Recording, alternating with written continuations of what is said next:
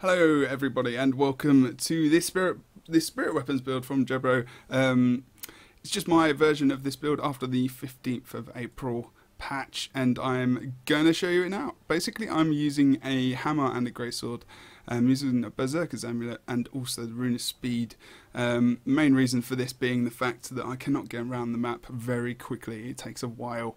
So I am using this basically to gain some kind of speed and mobility. And also you can see that when I do get speed from other people, I do get plus 10% swiftness duration and also a 25% chance when struck to gain swiftness for 15 seconds. And there's a cooldown of 30. So I should be getting some kind of swiftness around the map at different points in time. And also it is very good to have that 25% movement speed. Also, if you're in the one of the maps where you're carrying the orb, I just forgot the actual complete map name there. You do actually gain, you've still got that speed as well, so you actually run faster when you've got the orb and you're trying to carry it to, say, bear or any of the other points. So it is really good to have that speed, even just for that flipping map. It actually, I played a couple of versions and it actually helped quite a lot. Whether or not I'd use this in competitive play, I don't know. I don't think it would be viable enough. But in solo queue, I've been playing it and I've actually been winning quite a lot and helping the team a hell of a lot. I've got a lot of control with the hammer and also with the hammer of wisdom and also with the 5 skill on my greatsword. And just with so much pressure as well on targets, it's really nice to have. In terms of sigils, I'm running a 50% chance on hit to inflict vulnerability, which is very, very important. Weakness is good. Also, they can't actually recharge their endurance very quickly as well if you're on one of the main targets. Sigil of energy on both weapons as well. So whenever I'm switching and also dodging, I'm going to be healing. So I want to try and keep my endurance up quite a lot. That's through one of the minor traits in this build. Also, Sigil of Battle when I switch to my hammer, so I'm going to get 3 stacks of might, which is going to be very good for this build as well. So, I'm going to go through the traits here very quickly. Basically, I've gone for a 6-0-0-4-4 build, and this is pretty much just almost standard really for spirit weapon builds. It's nothing new. Most people know about this.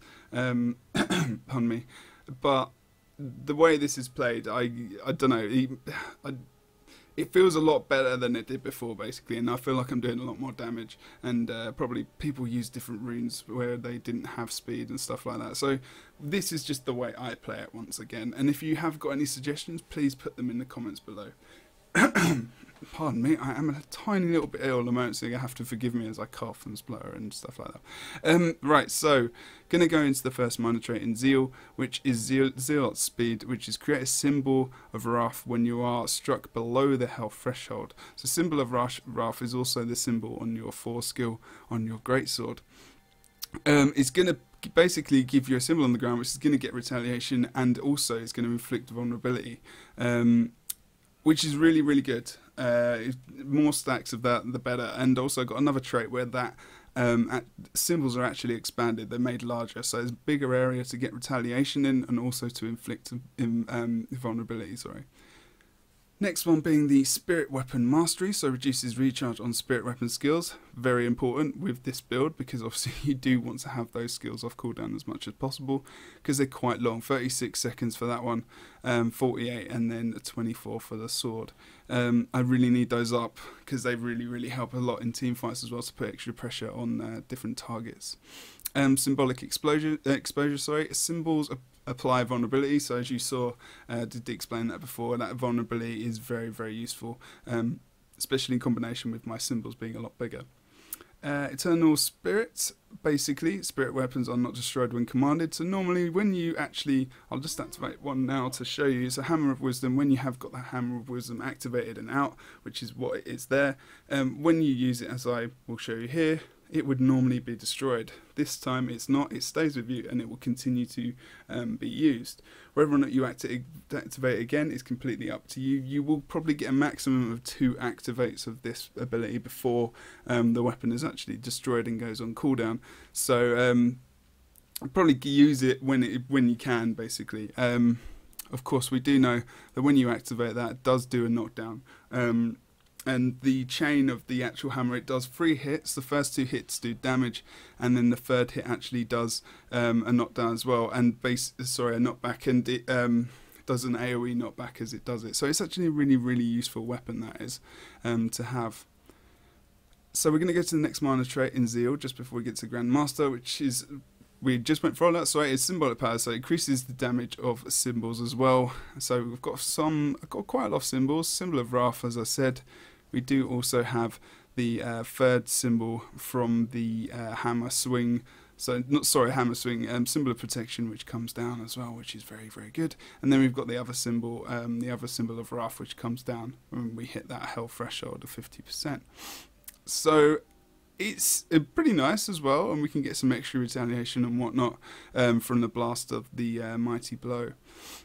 So going into the final trait here, which is Wrathful Spirits, which increases spirit weapon damage by 50%. If you're not going to run this, I wouldn't run spirit weapons, to be honest. It feels like you need to have this for them to be very extremely useful. Obviously the hammer you could have on its own in any build and it would still be useful, even if you didn't have the 2 activated charges. It would just be there causing CC on your target, which is absolutely fine as well. So it's really up to you. If you're running a full spirit build, though, I'd really think about trying to use the Wrathful Spirits, and if not, just test it and see how you go anyway. So nothing in Radiance, nothing in Valor. In Honour, we've gone for 4 points. So the minor trait, Vigorous Precision, gain Vigour when you deliver a critical hit. We have a critical hit bonus of 35%. So when we crit, we get Vigour, and we get some more endurance, and we can actually dodge more. And you'll see again with the Selfless Daring, the end of your dodge roll heals targets, heals basically allies around you, and it does heal yourself as well. At the moment the base is 229. It doesn't really go up from that. That is pretty much what you'll get, but it's a nice little bit of extra healing for yourself in this build, which is quite important. So Writ of Exaltation is basically symbols are larger, so symbols are going to be affecting your allies more, so they're going to be giving them more retaliation and inflicting more vulnerability on targets as well. If it covers a point, you're pretty much laying down a lot of vulnerability onto that point very often, which I feel is very good. Went through that kind of minor one. So Two-Handed Mastery reduces recharge on two-handed weapon skills. I have two two-handed weapons. I thought, sod it, why not? I'll go for 2. I'll just get the cooldown. So basically, as soon as I switch from one weapon to the other, all my cooldowns are off most of the time anyway, but I do like to have the blast off cooldown quite a lot, and also banish is quite good to have as often as I can. Also ring of warding as well. These are all good abilities to control targets and to keep them off point, especially ring of warding. If you're at keep, you can actually put that at the top of the stairs and it will keep people annoyed for a good old while, especially if they've got stability and stuff. If they get through that first ring, they've still got to get through the other bit. But yeah, I really, really like to have lower cooldowns on my two-handed weapons, especially when I'm running both sets are two-handed. So going finally into virtues, the minor trait there, Inspired Virtue. Virtues now apply the following boons to allies when activated. So as we can see, if we activate Virtue of Justice, we do get Might and Retaliation. If we activate Virtue of Resolve, we get some regeneration, and we also get that retaliation. And if we activate the final one, we do get some stability as well. These are really, really good. I really, really like them. Sorry, it was protection. Obviously, courage is from something else. I've completely forgot about that there. Extra boons are good, and I need them, and they really, really help, especially with the amount. If I get focused quite hard, I can die quite quickly. Extra protection, regen, and might to get some extra damage from that might, of course, is very, very important to this build. Improved spirit weapon duration. So spirit weapons do last longer, which is also very, very important. I need to try and keep them up for as long as I can, because they're the central part of this build. That's it. That's basically the reason. Virtue of Retribution. So gain retaliation when you activate a virtue. So as you saw, when I activate each one of these, I do gain retaliation along with the other boon that I do gather from Inspired Virtue, which is very useful. Now, Indomitable Courage is really something that I use basically to for stability, for getting basically, downs. Pretty much downs and reses is pretty much the main reason why I'm using Indomitable Courage, and also if I want to just stick in a point and not just get CC'd the hell out of, and just cap it or whatever. It's the main reason I'm running it, mainly to just down enemies, because otherwise I've not got any stability. It's a pain in the ass. I can blind people, possibly with my Greatsword free, then go for the down, but that's a bit too much. It's a bit of a pain in the ass because you still, 1 second or so, and then going for the down. Whereas I'd rather just have that virtue of courage. Then I can pop. I'm getting a lot of boons there as well. I'm getting retaliation, stability, and protection, and also. It's just going to be really, really good for downing people, and it gives it to all my allies as well. So if someone's going for another down somewhere else, or if people are trying to res and I'm trying to put damage down, I can help out that way. So it's quite supporty actually as well. This build, it's got a bit of support along with some nice DPS. So basically that's all the traits. I remember I did go through the actual weapons and whatnot as well. Just going to show you a couple of abilities with the spirit weapons over here. So as you can see, I'm just going to get my hammer out here. So he's going to hit that once. I'm just going to hit the enemy so it actually attacks it. Sometimes it doesn't. So that was the third hit, was the knockback. So 1, we'll see it again in 2 seconds. 1, 2, knockback. Really good, really good. And I don't have to activate it at all to get that off. So when I command it, try and make sure it gets that knockback off, then probably activate it now, and that massive hit, which you saw did 4k damage, and he gets knocked down. He doesn't get knocked back, he gets knocked down. So it's a long knockdown. It's really good CC, and look, he's got that, did a 4k hit there, which is pretty sweet actually, and it's just running on cooldown now. So I'm going to just use the sword. I'll show you how to use that as well. Just bringing the sword right close to it.